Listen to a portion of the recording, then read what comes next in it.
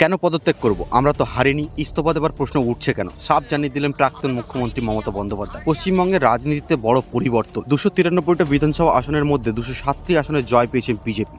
তৃণমূল জিতেছে 80টি কেন্দ্রে। মঙ্গলবার বিকেলে কালীঘাটের বাড়ি থেকে সাংবাদিকদের মুখোমুখি হয়েছিলেন মমতা বন্দ্যোপাধ্যায়। তিনি জানিয়েছেন তিনি ইস্তফা দেবেন না। এক সাংবাদিকের প্রশ্নের জবাবে মমতা বন্দ্যোপাধ্যায় বলেন, কেন পদত্যাগ করব? আমরা তো হারিনি। জোর করে ভোট লুট করা হয়েছে।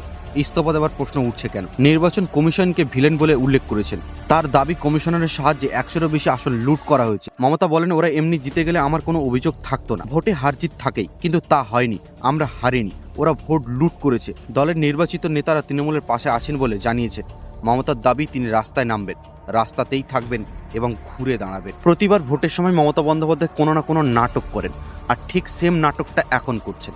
মমতা বন্দ্যোপাধ্যায়ের উদ্দেশ্যে একটা কথা বলতে চাই, পদত্যাগ করুন এবং নতুন সরকারকে তার নিজের কাজটা করতে দিন। আপনি এবং আপনার পিছনের সরকারগুলো পশ্চিমবঙ্গটাকে একবারে খোকলা করে দিয়েছে। তাই পশ্চিমবঙ্গটাকে আবার নতুন করে সাজিয়ে উঠতে দিন। এই বিষয়ে আপনাদের কি মতামত? মমতা বন্দ্যোপাধ্যায় কি নাটক করছেন নাকি ক্ষমতার অপব্যবহার? কমেন্টে জানাতে ভুলবেন না কিন্তু।